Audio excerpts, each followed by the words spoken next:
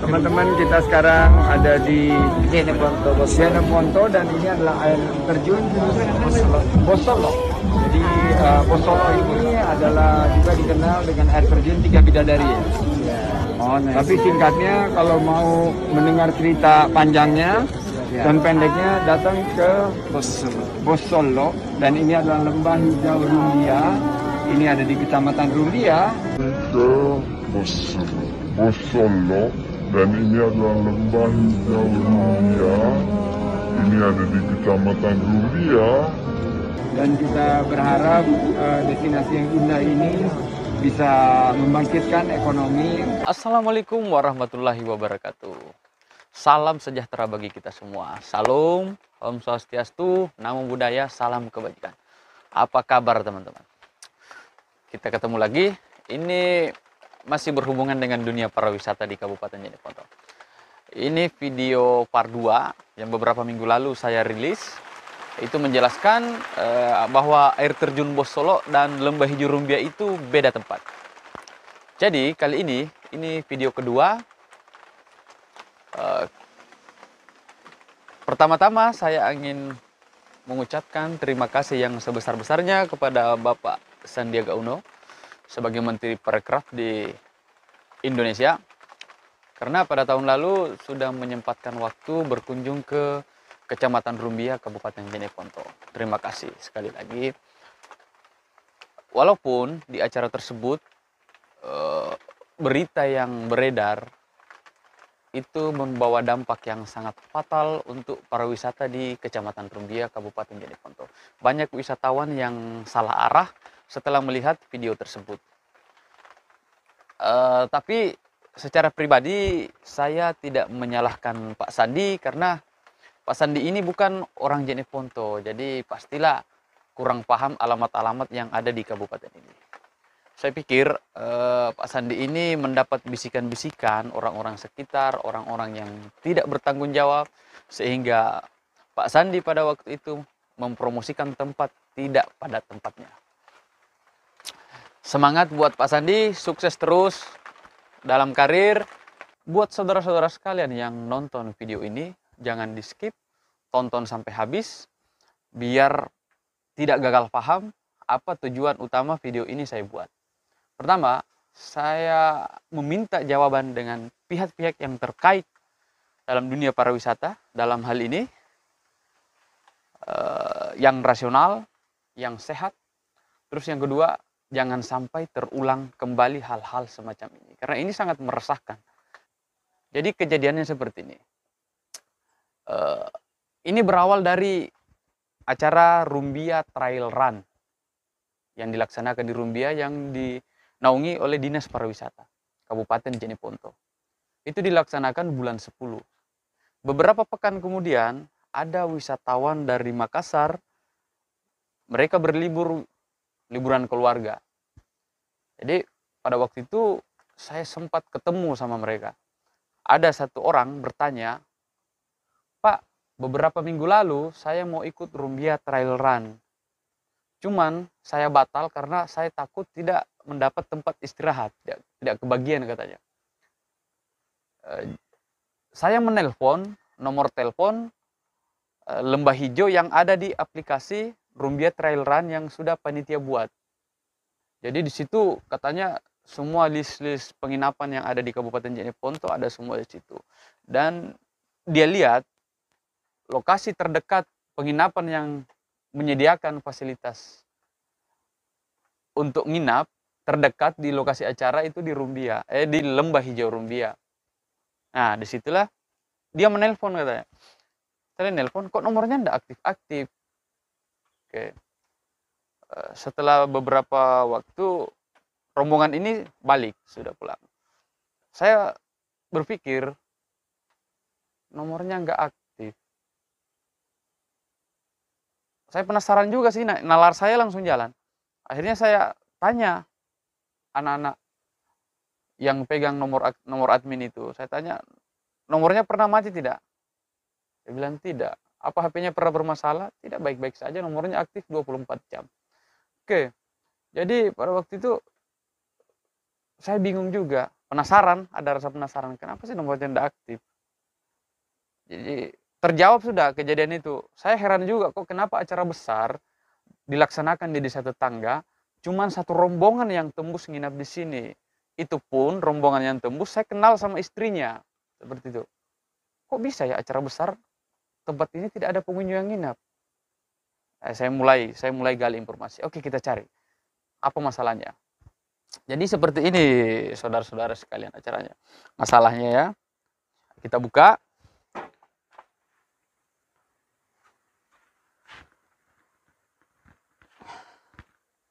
Oke, kita buka. Ini Instagramnya, ya jelas ya, Rumbia Trail Run.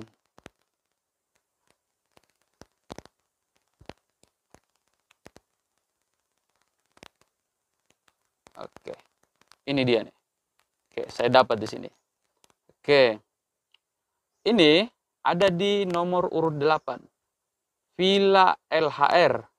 Lembah Hijau Rumbia, alamat Desa Tumpu Bulu, nomor telepon 0821 954 15462. Oke.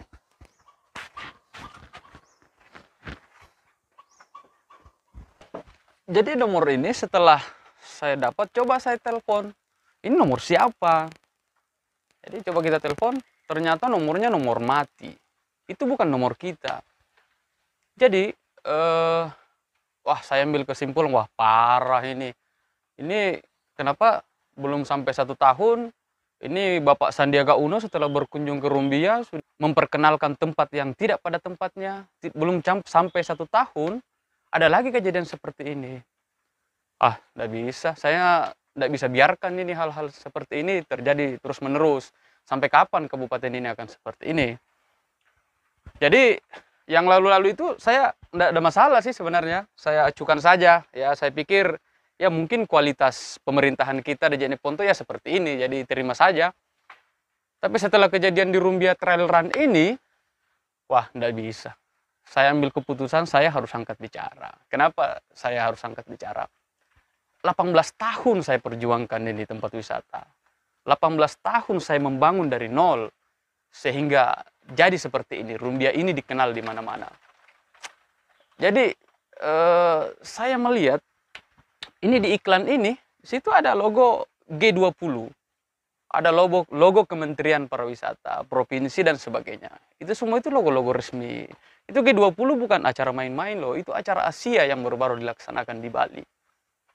Artinya kegiatan ini sangat resmi.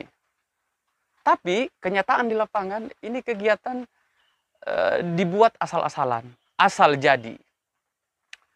Kenapa saya bilang asal jadi? Contohnya yang tadi, nomor telepon yang seharusnya tempat ini itu nomor mati.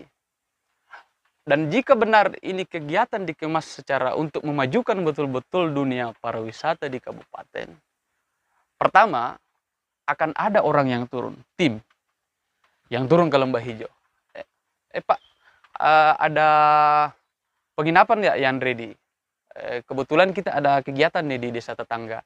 Kalau ada, berapa nomor teleponnya? Sini saya masukkan supaya tamu bisa menelpon langsung ke Bapak. Seperti itu. Ini kan buktinya tidak ada. Mereka asal-asalan memasukkan begitu saja.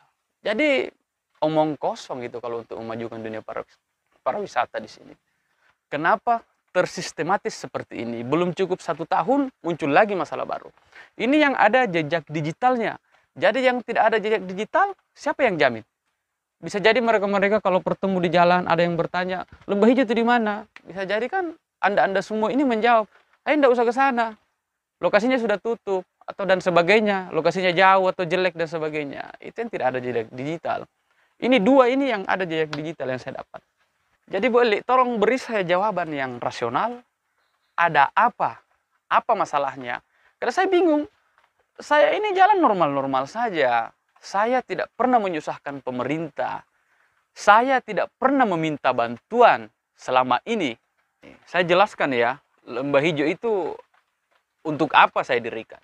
Kalau hitung-hitungan hukum bisnis, saya untuk kaya di Lembah Hijau dengan membangun wisata ini, itu sudah jelas tidak. Karena tidak sebanding dana yang saya habiskan, waktu 19 tahun sama perputarannya itu tidak ada. Kenapa saya bertahan di sini? Ini bentuk kontribusi saya untuk daerah saya. Kenapa saya selama ini tidak pernah mencari dana, proposal, menggunakan ini tempat, meminta bantuan kemana-mana? Karena tempat ini memang dibuat bukan untuk hal-hal semacam itu. Ini tempat dibangun sebagai ajakan ke masyarakat supaya sadar akan potensinya. Itu tujuan utama tempat ini dibangun. Kalau bercerita tentang dana seperti itu, oh saya sangat luar biasa berhak dan pantas karena ini tempat yang paling pertama. Tapi itu sudah lari dari konsep awal kalau saya melakukan hal seperti itu. Saya bisa mendapat dana dari pusat. Saya bisa dapat dana CSR dari Astra, dari Pertamina. Dengan jalur prestasi, bukan dengan cara menjilat. Jalur prestasi saya bisa dapat. Bukan tempat ini saya buat supaya kalau jadi saya kemana-mana bawa proposal. Dananya saya tampung, saya bisa bangun Pertamina. Itu tidak seperti itu. Ini bukti kalau tempat ini berprestasi. Ini penghargaan skala nasional. Lembah Hijau ini mendapat penghargaan di tahun 2016. Wisata lingkungan. Dan sudah diedukasikan di 3 daerah. Di Palu, di Manado, di Kendari. Ini dijadikan acuan pembangunan daerah di sana. Ini prestasi. Dan walaupun prestasi ini sebenarnya saya bukan orang seperti itu untuk memperlihatkan, tapi apa boleh buat, saya menunjukkan supaya orang-orang yang berhubungan dengan hal ini, yang selama ini menzolimi, yang tega selama ini, lebih punya hati lah kalau ingin menjatuhkan tempat ini. Kenapa saya tidak pernah meminta bantuan? Saya ini bukan generasi yang mau jadi beban di bangsa ini. Saya yang harus berkontribusi untuk bangsa. Saya kasih perumpamaan, seandainya saya lahir di zaman penjajahan, saya baris terdepannya akan melawan Belanda. Tapi bangsa ini sudah merdeka, dengan cara inilah saya mengabdi untuk bangsa. Jadi, apa ada yang salah dengan itu semua? Kalau ada yang salah, ayo tolong diberi saya jawaban, saya akan rubah semuanya. Saya sangat mengharap jawaban dari Kepala Dinas Pariwisata dan pemerintah kabupaten. Apa masalahnya di titik ini sehingga diperlakukan seperti itu? Atau di Lembah Hijau ini tempatnya para pecandu narkoba, pemakai berat sabu. Atau di sini gerbong peredaran narkoba se-Indonesia terbesar di Indonesia. Yang begitu-begitu saja, yang fatal-fatal saja, Bu. Atau dana yang saya pakai membangun Lembah Hijau ini hasil korupsi, hasil pencucian uang. Kalau ada salah satunya, silahkan dibuktikan.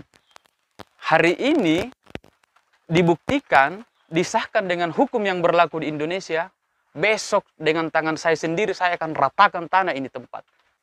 Waktu pertama Ibu Eli menjabat Kadis Pariwisata, itu sudah masuk 4 tahun yang lalu, Ibu mampir silaturahmi di sini. Saya jamu kan, saya bahkan saya antar sampai ke desa atas. Itu terbenak di dalam pikiran saya, Bu. Wah, mungkin ini awal mula dunia pariwisata Jeneponto ini akan maju. Karena kadisnya sudah mulai turun mencari apa masalah pariwisata yang ada di Jeneponto. Oke, itu nilai plus buat Ibu. Dan itu pertama kali Ibu injak ini tempat. Sampai sekarang belum pernah. Jadi ini bertolak belakang sebenarnya waktu pertama kita komunikasi dengan kejadian yang terjadi selama ini. Atau begini, Bu, atau ada yang mengintervensi Ibu, atasan Ibu. Sebut saja. Karena atasan si Ibu ini cuma kan ada berapa? Ada sekda, wakil bupati, dan bupati. Jadi Ibu Kadis sebutkan saja kalau ada yang mengintervensi, menekan, Lembah Hijau ini jangan dihilangkan saja kalau bisa. Sebutkan saja namanya, Bu. DM saja. Ingat, Bu, di atas langit masih ada langit. Jadi tenang saja, kabupaten masih ada provinsi. Provinsi masih ada di atas. Ini hari Anda sebutkan misalnya petinggi di kabupaten. Besok saya ke Jakarta ketemu Mendagri. Saya bicarakan. Jadi hal-hal seperti ini jangan main-main. Kita ini ada di Indonesia, Bu. Semua ada aturannya, ada hukumnya. Pemerintahan kita ini bukan pemerintahan absolutisme yang mengajarkan pemahaman pemerintahan kerajaan. Ini sudah tidak seperti itu. Bukankah di Pancasila itu, Bu, ada ini pelajaran waktu kita semua SD ini. Ada di sila kelima itu, keadilan sosial bagi seluruh rakyat Indonesia. Saya ini rakyat Indonesia. Saya tidak sepantasnya diperlakukan seperti ini. Atau kita pakai andai-andai orang kampung lah. Kita bertukar tempat. Anda semua ada di posisi saya, bekerja mulai dari nol, berkontribusi untuk daerah ini 19 tahun. Anda di posisi saya. Dan tiba-tiba ada orang yang datang merusak sistem itu. Kira-kira bagaimana? Bagaimana perasaan Anda semua? Nyaman apa tidak? Jadi setelah ini, saya persepsikan seperti ini. Kadang saya berpikir, apa karena saya orang Rumbia, sehingga saya diperlakukan seperti ini? Mungkin di pikiran orang-orang kota, Rumbia ini pelosok, terpencil, mana mungkin tahu. Walaupun tahu, mana mungkin berani. Gitu seperti itu ya kira-kira. Itu pikiran saya akhir-akhir ini. Kalau itu pikiran orang-orang kota, saya jawab melalui video ini. Rumbia yang sekarang tidak seperti Rumbia 15 tahun yang lalu. Oke? Seperti itu. Jadi, terakhir buat Ibu Eli selaku Kepala Dinas Penanggung Jawab Pariwisata di Kabupaten Jeneponto. Dan kegiatan yang baru-baru dilaksanakan itu di bawah naungan Ibu. Sekali lagi, saya meminta jawaban yang rasional, yang sehat, yang bisa diterima orang kampung kayak saya. Saya ini kan orang di kampung, makanya diperlakukan seperti ini. Terus jangan sampai diulang kembali hal-hal semacam ini.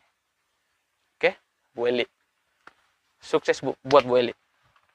Setelah saya lihat di video ini, kunjungan Menteri Pariwisata tahun lalu, ada Bapak Bupati di sini. Beliau ini yang paling dekat jaraknya sama Pak Menteri pada waktu itu. Iksan Iskandar. Bupati Jeneponto, bupati saya, periode kedua. Sebelum menjadi bupati, beliau jabatan terakhir ini Sekda. Jadi sangat pamong lah kalau kita bercerita hal pemerintahan. Saya pernah bertemu Pak Iksan Iskandar kurang lebih 18 tahun yang lalu. Jadi Pak Iksan kita pernah ketemu 18 tahun yang lalu sekali. Pada waktu itu Pak Iksan kalau lihat buku ini pastilah ingat. Ini buku Sarir Wahab, Bupati Selayar, mantan Sekda Jeneponto. Jadi buku ini dibuat, judulnya Kisah Para Sahabat. Jadi sahabat-sahabat Pak Sarir Wahab, ada komentar tentang Pak Sarir ada di buku ini. Dan salah satunya adalah Bapak Iksan Iskandar. Pada waktu itu Pak Iksan masih Kadif, Kepala Dinas Kimprasda kalau tidak salah waktu itu. Jadi Pak Iksan, 18 tahun yang lalu ada anak umur 19 tahun yang wawancarai Bapak, itu adalah saya. Saya orangnya, Ridwan Nojeng. Kebetulan di buku ini saya bagian wawancara narasumber. Dan ini buku yang dibuat oleh anak Rumbia. Jadi buat yang orang kota yang menganggap remeh Rumbia itu, ya Anda salah besar. Ya. Jadi saya harus berkomentar tentang Pak Iksan karena Pak Iksan paling dekat jaraknya dengan Pak Sandi pada waktu itu. Jadi sangat jelas kalau Pak Iksan itu tahu kalau Pak Sandi ini akan mempelesetkan wilayah pemerintahan Bapak. Harusnya selaku pemimpin yang bertanggung jawab pada waktu itu Pak Iksan menjelaskan sama Pak Sandi. Pak Sandi, Pak Menteri, tempat ini juga tempat yang berbeda. Kalau di sini air terjun Bostolo, Lembah Hijau Rumbia itu ada di atas, di Desa Tumpuk Bulu. Harusnya seperti itu, Pak. Karena tidak ada alasan Kalau mau Pak Iksan menjawab, saya tidak dengar, tidak mungkin, itu terlalu dekat. Atau Pak Iksan kurang tahu tempat ini, itu juga tidak mungkin. Karena alamat kita tetangga kecamatan. Dan kalau tidak salah, Pak Iksan ini pernah camat di wilayah sini. Jadi, saya juga bingung, Pak.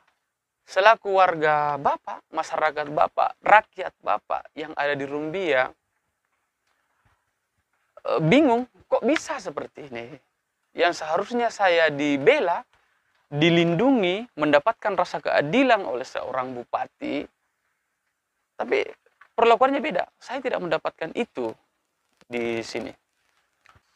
Saya ini masyarakat Pak Iksan.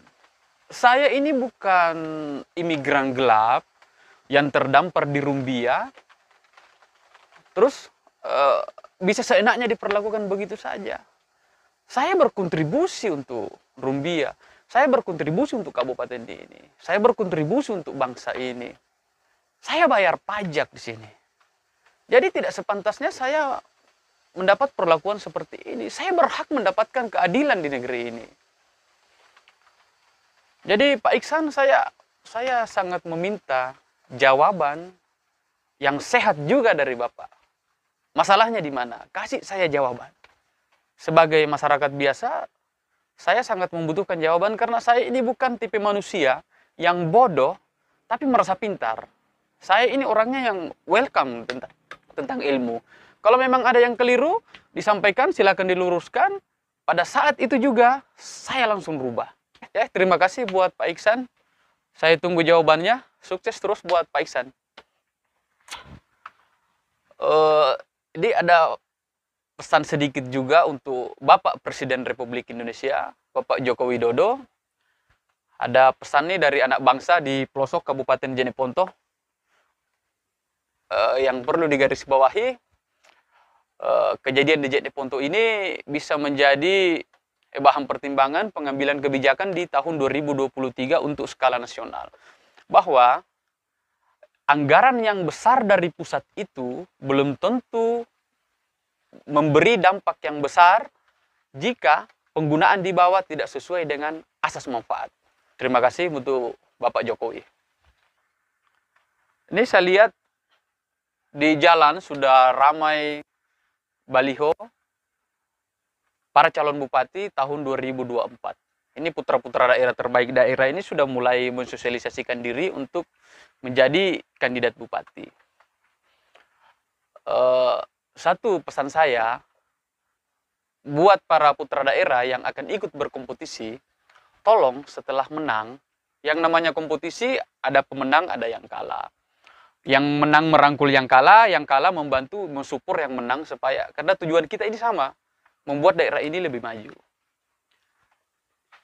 Banyak kejadian di luar sana, banyak pemuda-pemuda berpotensi bisa ikut membangun daerah ini, cuman kebetulan waktu pilkada dia tidak mendukung kita,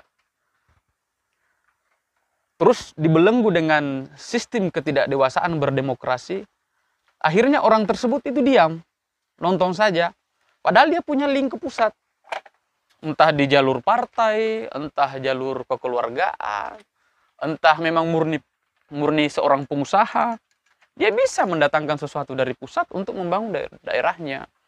Cuman terbelenggu ketidakdewasaan, yang terpilih, akhirnya mereka diam. Jadi seharusnya pencapaian yang daerah ini harusnya capai dalam waktu 3-5 tahun, akhirnya molor sampai 10 tahun ke atas, akan begitu-begitu saja. Jadi tolonglah buat putra daerah nanti yang terpilih, tolong lebih dewasa. Seperti itu. Jangan pas terpilih pidato pertamanya, sekarang tidak ada lawan, tidak ada kawan, mari kita sama-sama. Pas implementasi roda pemerintahan, bullshit itu sebuah, ternyata musang berbulu domba. Lain di mulut, lain di hati. Jadi semoga hal seperti itu tidak terjadi di kabupaten kita ini. Jadi ada hal yang membuat saya sangat heran tentang Bapak Sandiaga Uno. Ini jajaran yang mengundang beliau pada waktu itu, saya lihat Pak Sandi ini dijamu dengan adat-adat khas Sulawesi Selatan layaknya tamu kehormatan. Tapi di sisi lain, beliau ini dimanfaatkan untuk menyebar berita yang tidak valid. Jadi di satu sisi dia diangkat, dihormati, di sisi lain dia diperlakukan tidak wajar, seperti itu. Saya terangkan ya kepada saudara-saudara sekalian, Pak Sandi ini, saya lumayan tahu profil beliau. Beliau ini masuk di kabinet Pak Jokowi bukan untuk mencari uang, bukan untuk mencari popularitas, karena dia orang sudah terkenal. Dia orang kaya, dia entrepreneur papan atas. Dia bergabung di kabinet Pak Jokowi betul-betul ingin berkontribusi untuk bangsa ini. Jadi berani benar orang-orang yang mengundang dan memperlakukan Pak Sandi ini seperti itu. Luar biasa. Itu sangat di luar nalar kalau saya yang pikir. Kok bisa-bisanya segampang itu diperlakukan seperti itu di Jeneponto. Ya, semoga ini jadi pelajaran ya. Jangan sampai ke depan ada hal seperti ini lagi yang terjadi di sini. Setelah orang-orang terkait melihat video ini, mereka akan membuat pembelaan diri. Mereka akan menyalahkan pihak panitia lah atau pihak desain.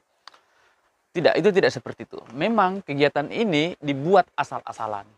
Tidak ada itu alasan panitia salah. Karena memang tidak ada yang turun ke lapangan yang menanyakan hal tersebut. Itu dibuat asal jadi. Ini berita yang beredar di masyarakat, katanya rangkaian kegiatan ini ada 3. Motor cross, motor trail, lari itu, trail run, dan rally wisata. Tapi yang dilaksanakan cuma 1, itu run. Artinya pemangkasan kegiatan.